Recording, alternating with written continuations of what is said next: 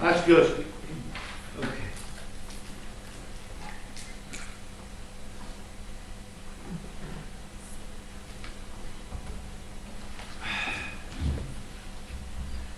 I always like try to remember those times when you're growing up, and maybe even now. You know, when you first meet somebody, and then you eventually get over the parting. But this is about something real and unreal, those moments when you won't see somebody again. So, I imagined this guy, I think it's Colorado or something, he's just waiting for a bus. Okay, so, I'm waiting for a bus to drive me home so that I can cry alone. One, leaving behind a beautiful face, one that I trace now on the back of this leather seat. Knowing that there is nothing that can bring you back, just waiting for the bus to drive me home. So I won't be alone with the thoughts that we're through. The ticket collector stares at me with watery eyes, counting out the pennies, and I'm feeling rather lost. Without your hand, your smile, your ways, your touch. Nothing in life felt too much. The collector asks, "That'll be £3.75, please." Thank you.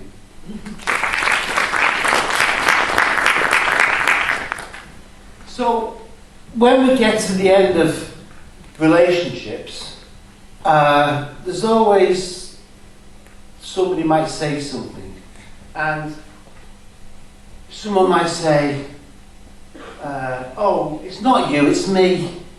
What does that mean? And then I like people. First of all, I like the people of Turkey. You're very kind to me, and Canakkale is a very good place. It's more European than Europe, more safer for women than Europe ever would be or is.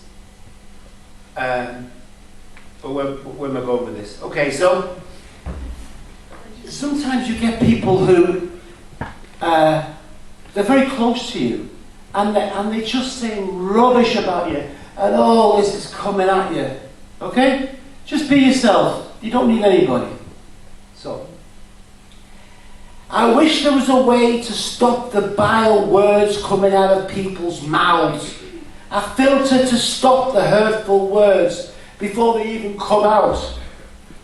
But no, they flow like an open sewer all over me, swimming in condemnation, emptying and then filling themselves up till I'm left in no doubt.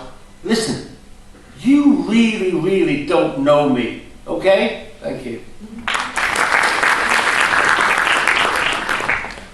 So, I'm originally from Liverpool, and I now live in Turkey, and it's really nice being in Turkey. I sometimes get on the bus. They have a walking stick sometimes, but the generosity of Turkish people will be, they say, "Sit down, he's a foreigner."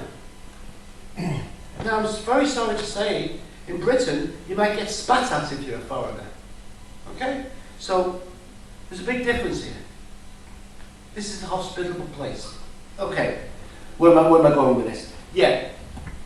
Am I saying this right? Because I only know the English word. Mevlana? Rumi? Is that right? Okay. So, I studied reading Turkish literature.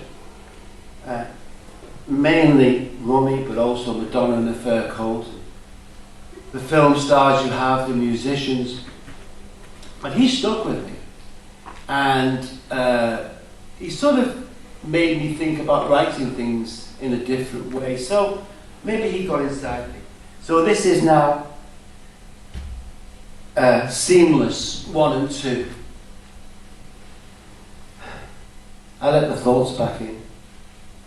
Like a wave sweeping under my door, I reached for the bottle, but it didn't stop them anymore.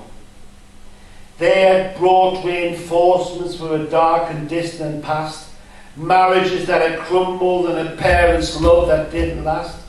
I let the thoughts back in because I was too weak to know that I was somebody, even though you told me I wasn't. So the second one, I had the idea of what if you could divorce yourself?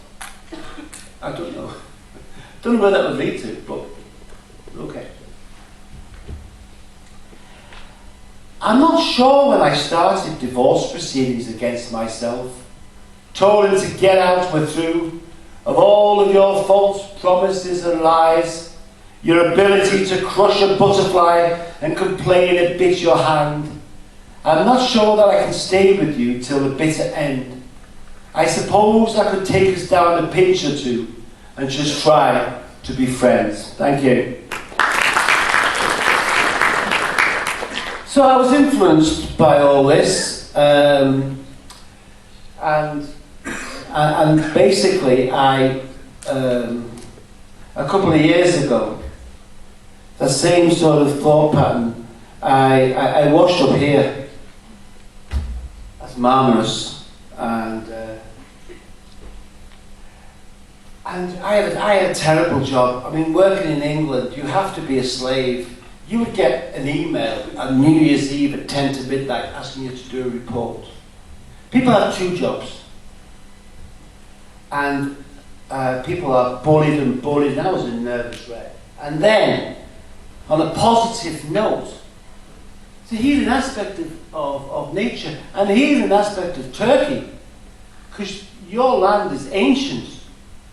You know, sometimes you feel as if you're walking in the presence of gods.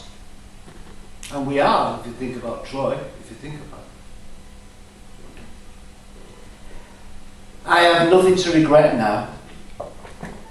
The moon knows my name, and even the trees are more welcoming here.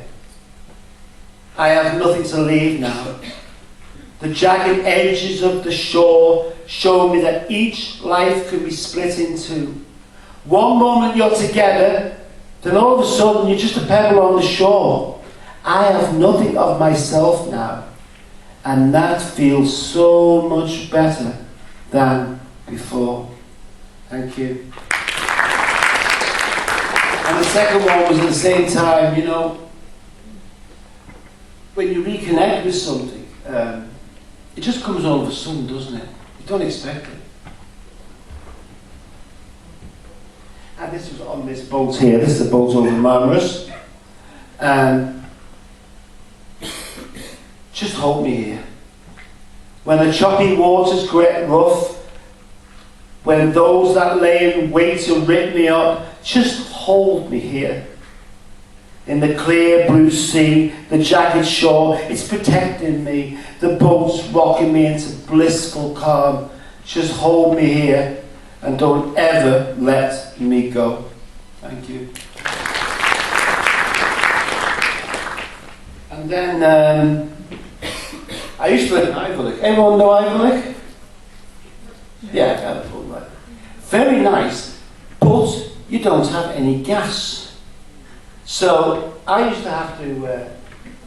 I got to go into the woods and find cones. I didn't know why everyone was obsessed with cones. But you get them because they keep the fire going. So this is Iverlick, snow, would you believe it? So, and this come into my head, which is basically